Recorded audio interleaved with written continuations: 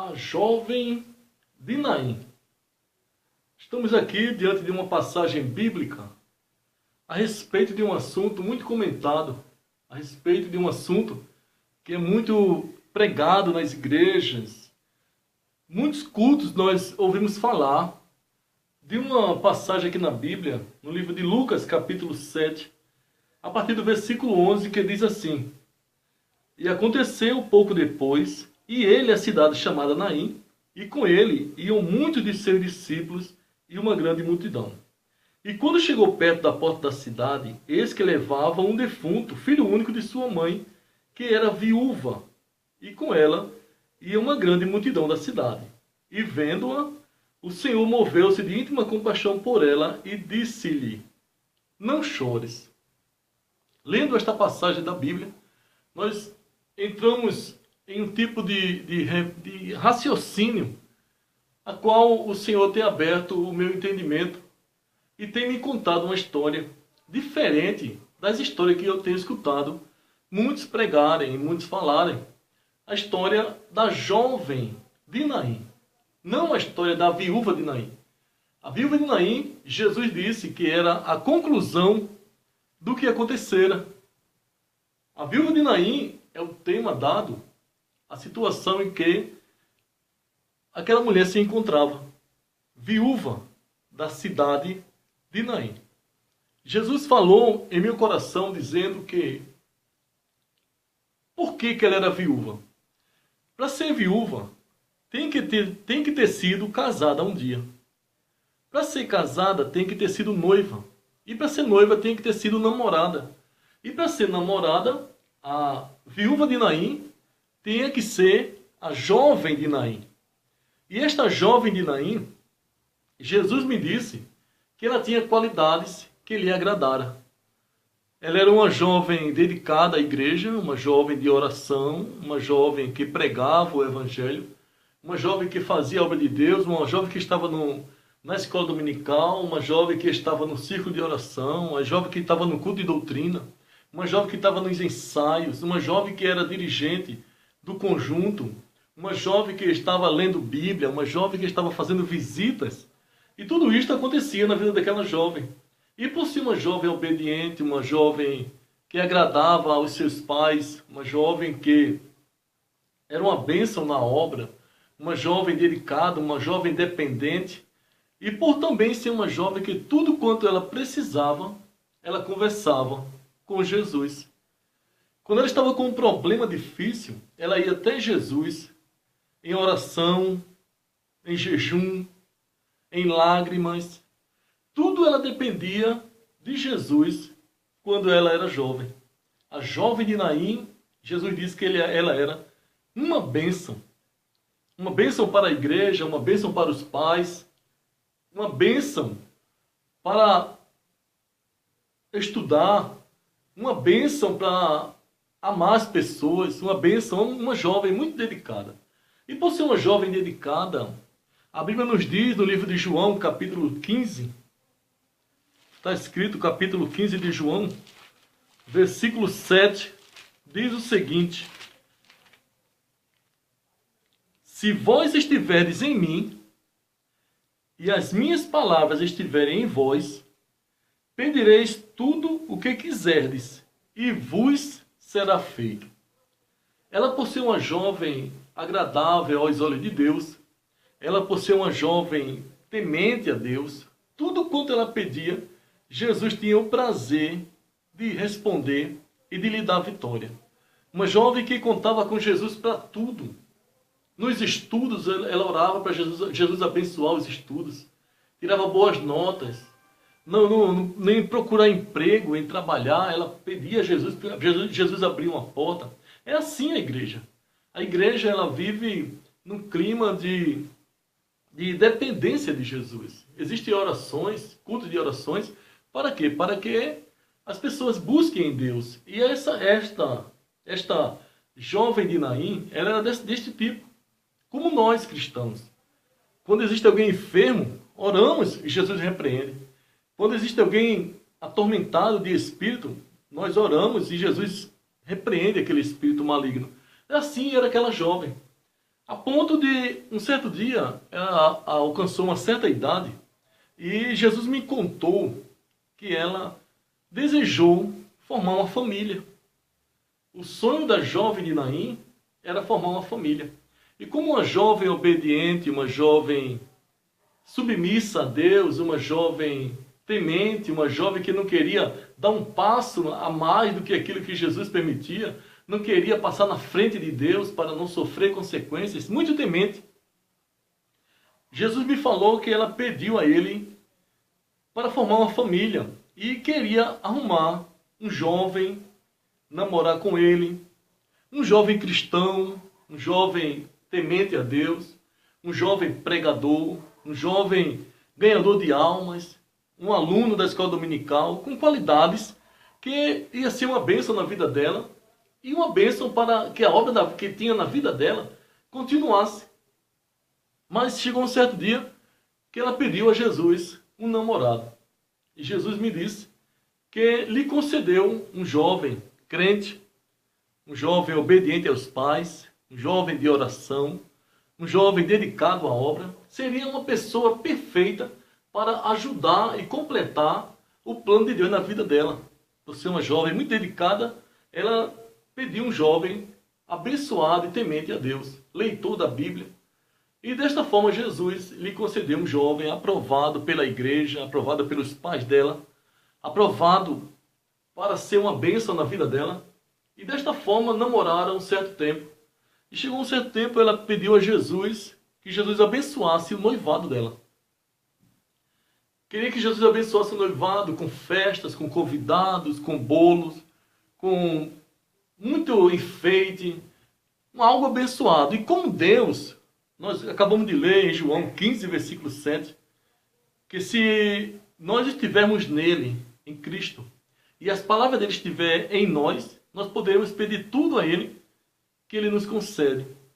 E Deus, agradado, satisfeito por ela era agradável a Deus, a Jesus. Jesus lhe concedeu um noivado abençoado com tudo que tinha direito. E foi um abençoado aquele noivado. Chegou um determinado tempo, ela pediu a Jesus que realizasse o casamento, que desse condições. Ela pediu a Jesus que desse uma casa própria. Ela pediu a Jesus que desse móveis bonitos. Ela pediu a Jesus que desse condições para fazer uma festa, para ter muitos convidados, algo que ficasse marcante. Por ser uma jovem obediente, dependente, submissa, espiritual, dependente de Deus, Jesus lhe concedeu aquele casamento dos sonhos. Casada, realizada, feliz com o casamento, marido abençoado, crente, permaneceu com o testemunho de crente, zeloso por ela, amava ela, cuidava dela, fazia bem a ela. Desta forma ela se apegou ao marido, amou ele, procurou viver para ele, procurou fazer feliz a ele, como diz lá em Provérbios 31, versículo 12, que a mulher virtuosa ela faz bem ao seu marido e nunca faz mal a vida toda. Ela era uma jovem, uma mulher recém-casada, feliz, abençoada, com seu esposo, com a sua família. Mas ela disse tudo que ela precisava, ela conversava com Jesus. E ela sentiu falta de ter um filho, desejou ter um filho. E orou e pediu a Jesus que permitisse ela ter um filho, que a engravidasse.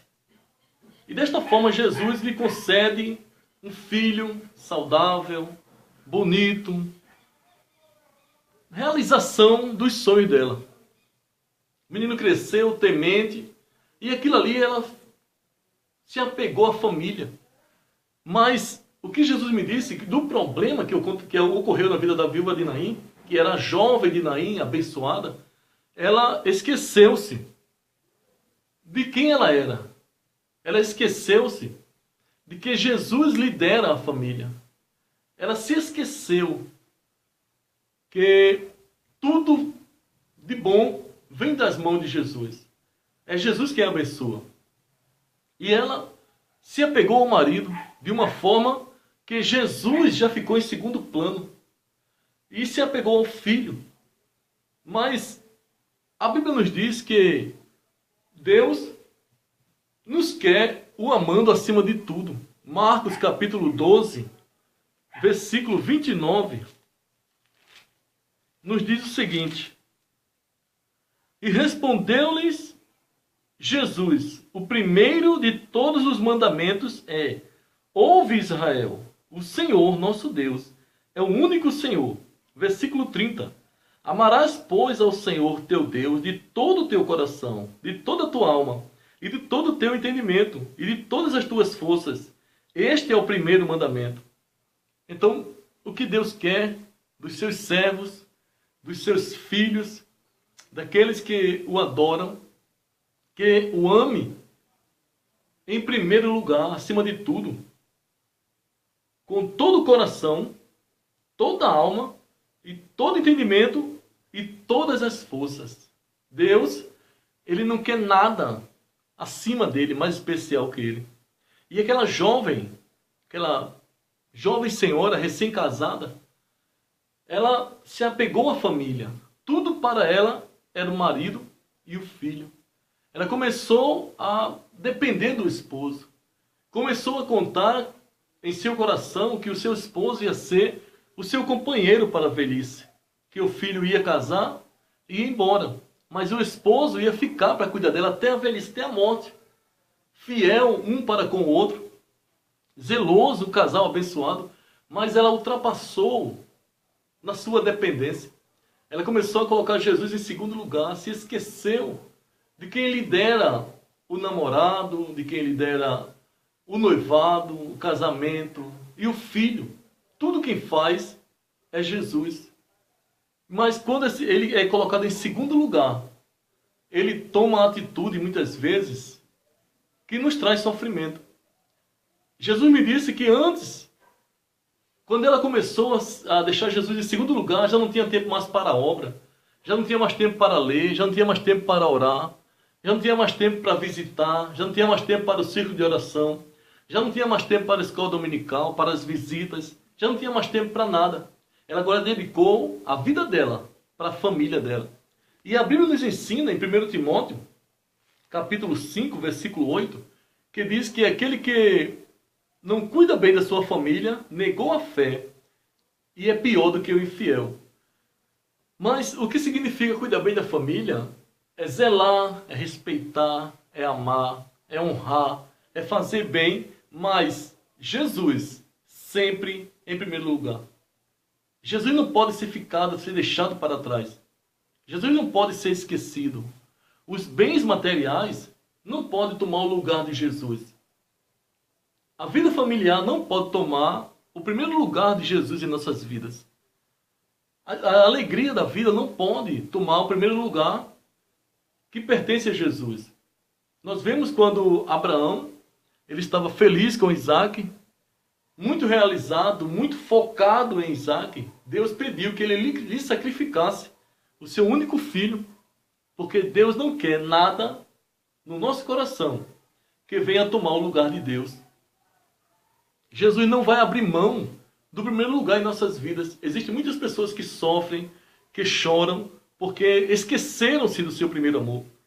Esqueceram-se de fazer a obra do Pai. Sabe que tem uma chamada, mas às vezes o trabalho toma o tempo. Sabe que tem uma chamada da parte de Deus, mas às vezes não se compromete com as coisas de Deus, não se posiciona onde Deus quer. Resultado disto aí só vem sofrimentos, vem consequências que muitas vezes não é plano de Deus.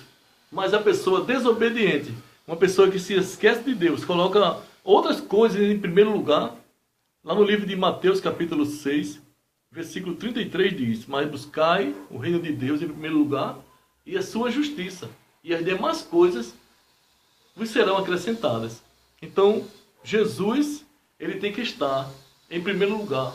Nunca podemos nos esquecer que Jesus, ele é mais especial do que qualquer coisa, do que qualquer pessoa, do que qualquer projeto.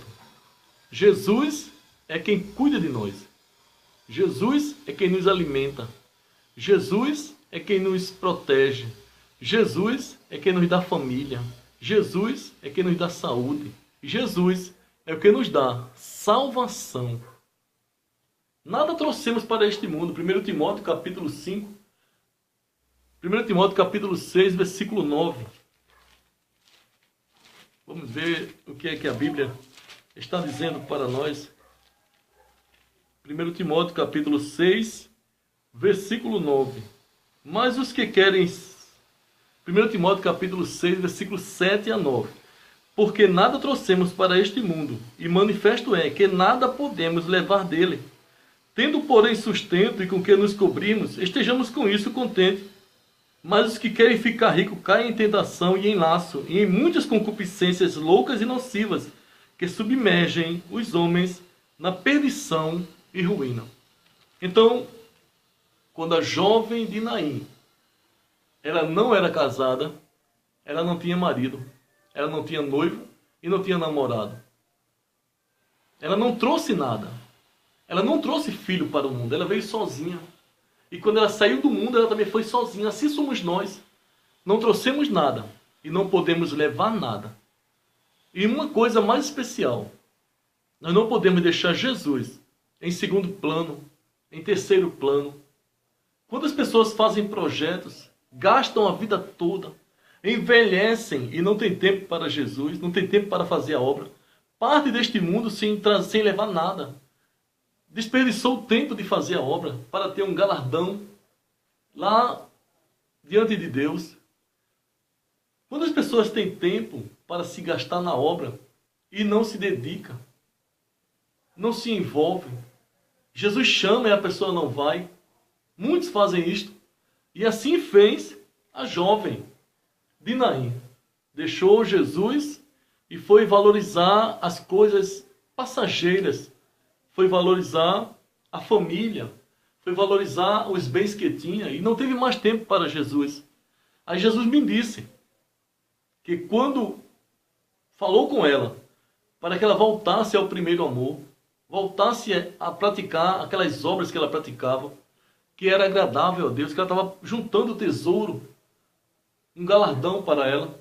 E Jesus não queria perder ela, porque ela se colocou Jesus em segundo plano, e perdeu aquele zelo que ela tinha pelas coisas espirituais.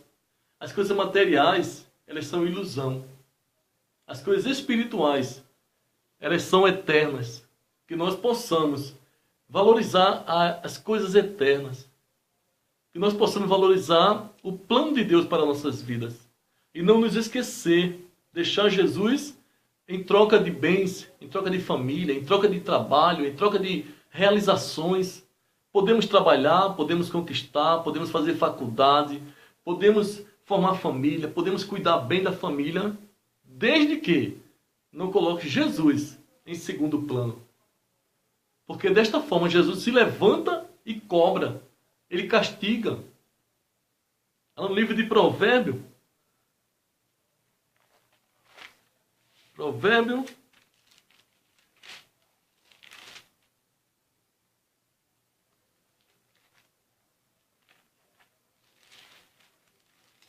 há um versículo no livro de Provérbio que diz que não vem maldição sem causa.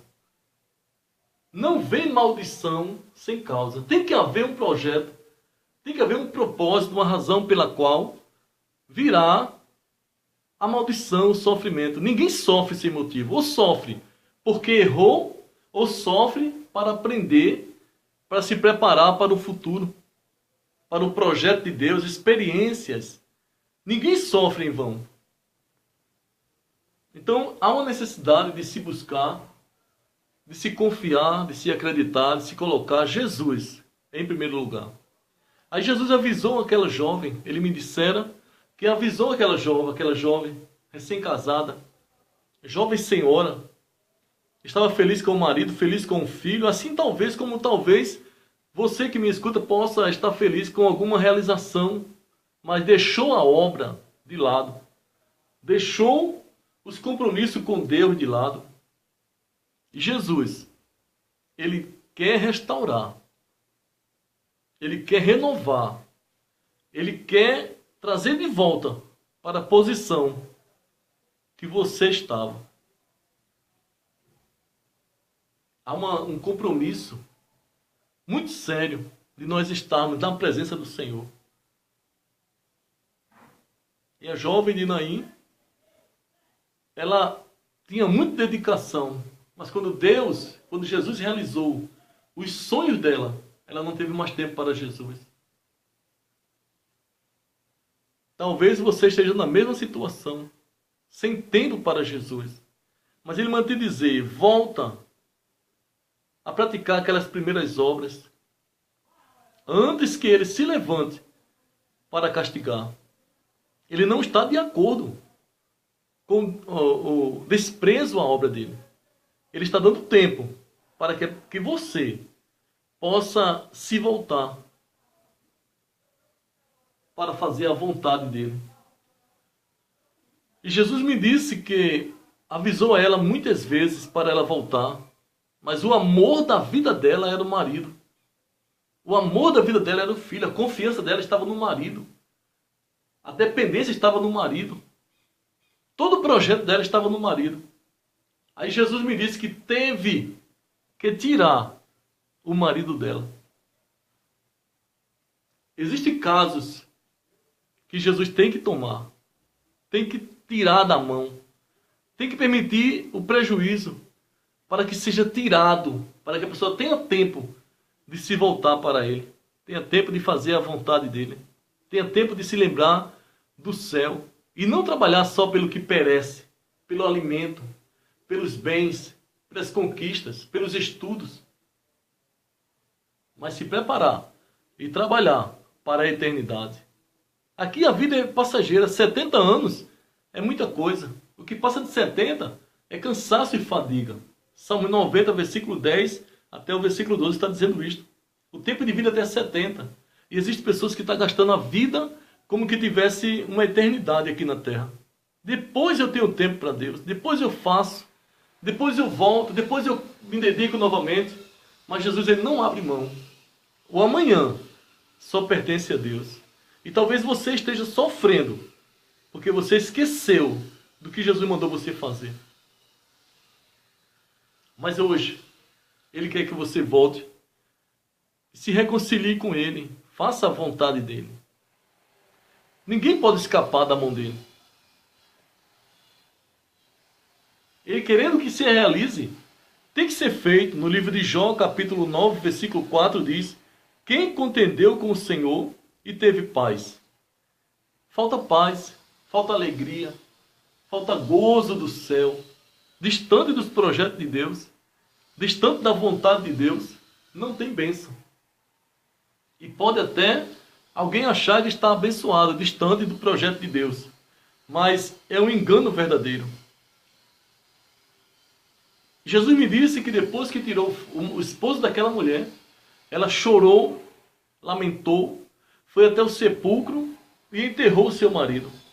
Mas toda a confiança dela, ao invés de ela se voltar para Cristo, ela colocou no filho. Ela pensava consigo: quando eu envelhecer, quem vai cuidar de mim é meu filho. Mas sabe o que a Bíblia diz? Quem cuida dos idosos é Jesus.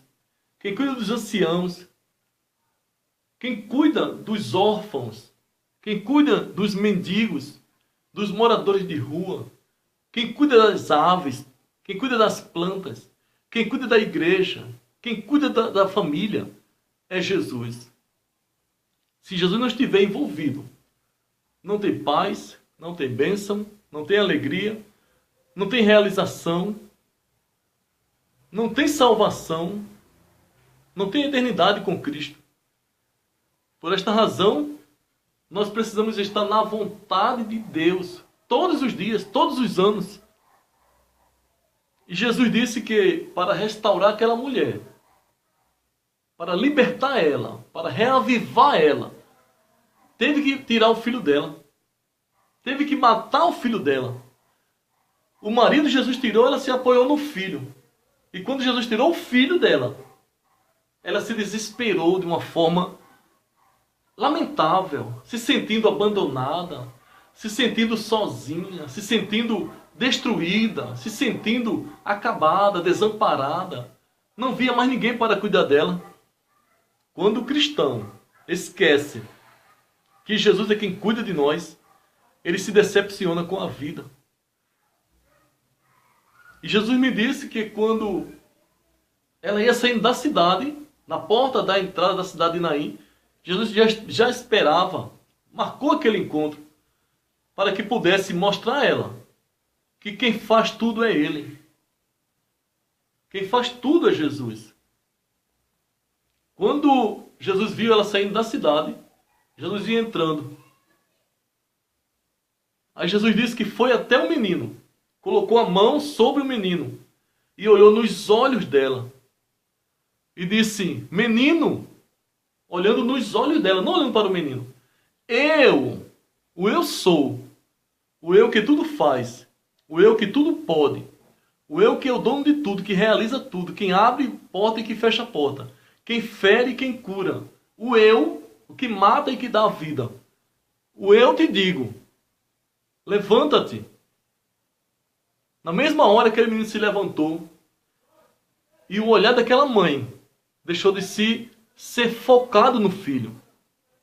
Ela voltou a olhar para Jesus. A mulher que era casada, que tinha uma família, que se esqueceu de Jesus, que era uma jovem dependente e passou a depender do marido e do filho, ela agora se voltou, abriu os olhos espirituais. E sabe o que ela disse para Jesus? Que ele me contou. Jesus me disse que ela disse, se o Senhor não tivesse ressuscitado meu filho, nunca mais eu teria ele em meus braços. Então, como o Senhor me deu o namorado, o Senhor me deu o noivado, o Senhor me deu o casamento, o Senhor me deu o filho, e o Senhor aqui mais uma vez me dá o meu filho de volta, nunca mais eu vou me esquecer de fazer a sua vontade. Eu coloquei meu coração no meu filho, mas agora eu volto para o Senhor. E é por esta razão, que Jesus olhou nos olhos dela e disse, não chore. Porque Jesus não desampara ninguém. Jesus não deixa ninguém sozinho. Jesus não esquece dos seus. Jesus sabe trabalhar. Lá no livro de João, capítulo 13, versículo 7, ele fala assim, o que eu faço eu hoje não entendes tu agora, mas entenderás depois. Jesus, ele não abandona os seus. A jovem de Naim, que se tornou a viúva de Naim, ela não evoluiu, ela regrediu. Ela não prosperou, ela teve percas. Ela teve choro, ela teve lamento. Todo aquele que se esquece de Jesus, Jesus me disse que ele carrega defunto. Pode não carregar uma pessoa, um corpo ali morto, mas ele carrega o que um defunto, o que acompanha um defunto leva. Choro, sentimento de perdas, sentimento de abandono, porque quem cuida, quem abençoa é Jesus. Então, sem Jesus, não tem bênção. Sem Jesus, tudo é ilusão, não tem vida. Trocar Jesus por bens materiais, por família, por projetos, é perca de tempo. Felicidade verdadeira é só em Jesus. Paz verdadeira é só em Jesus. Alegria verdadeira é só em Jesus. Aquela mulher estava indo para o sepulcro mais uma vez, porque ela se esquecera de Jesus. Ela colocou Jesus em segundo plano, então ela carregou defunto, choro, sentimento de perdas, sentimento de abandono, falta de alegria. Tudo isto aconteceu na vida da viúva de Naim, como acontece nas nossas vidas hoje. Jesus, ele é o nosso cuidador. Jesus é a fonte da nossa alegria, da nossa bênção. Jesus é a fonte das nossas realizações. Se nós pedimos alguma coisa que Jesus não dá, é porque ele sabe que vai nos fazer mal. E por amor a nós, ele não permite. Voltemos para Cristo. Façamos a vontade dele. Realizemos o seu querer. Continuemos a fazer aquilo que nós fazíamos, ou aquilo que ele nos chamou para fazer. Quando nós paramos, tudo para. Quando nós desistimos, nada dá certo. Mas com Cristo, a alegria é verdadeira. E a esperança também. E a vida eterna, que nós não podemos esquecer, ela existe. E nós devemos nos preparar para a vida eterna, para viver eternamente com Cristo. Viver com Cristo aqui, viver com Cristo lá na eternidade. A eternidade sem Cristo é lamentável. Muitos já morreram, partiram deste mundo, para enfrentar uma eternidade sem Cristo. Se iludiram aqui e foram sofrer na eternidade. Que nós possamos continuar com Cristo na vida, no coração, no entendimento, com toda a força, qualquer projeto. Se Deus permitir, façamos. Se Deus não permitir, pode desistir, porque com Cristo não se compara a felicidade. Que Deus nos abençoe no nome de Jesus.